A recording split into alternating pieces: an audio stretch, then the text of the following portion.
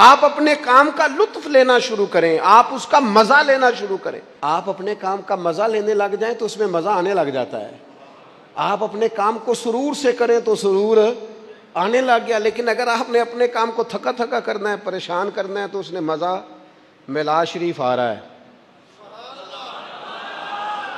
ادھر دیکھو میری طرف، میلاد کرنا ہے تو پورے ذوق سے کرنا ہے۔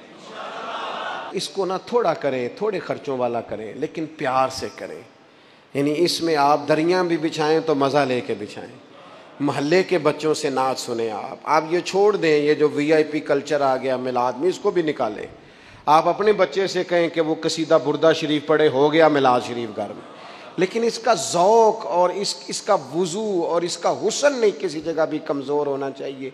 آپ کے اندر وہ خاص لہر ہو کہ میں اپنے نبی کا ذکر کر رہا ہوں، میں حضور کے میلاد شریف کی بات کر رہا ہوں۔ اس میں زیادہ تکلفات کی ضرورت نہیں، اس میں درد دل کی نیتوں اور ارادوں کے خالص ہونے کی ضرورت ہے۔ بڑا ذوق ہو، بڑا شوق ہو، بڑا پیار ہو۔ یکم ربیع الاول سے لے کر 12 ربیع الاول شریف تک کم از کم ہر نماز کے بعد 100 بار درود پاک تو ہونا چاہیے نا۔ کم از کم ہمیں ہر روز سوتے وقت 3 نعتیں تو سن کے سونا چاہیے نا ربیع الاول سے۔ ہمیں کم از کم یہ پورا مہینہ حضور کی سیرت پاک کا اور سنت پاک کا روز کا ایک ایک باب کا درس تو سیکھنا چاہیے نا۔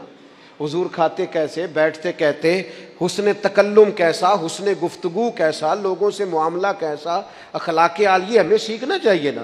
اور اس ماہ مبارک میں ہمیں عملی زندگی اپنی میں وہ چیزیں نافذ کرنی چاہیے جو ہمارے رسول پاک نے ہمیں عطا فرمائی ہیں۔ اللہ تعالیٰ غلامی رسول والا میلاد منانے کی توفیق عطا فرمائے۔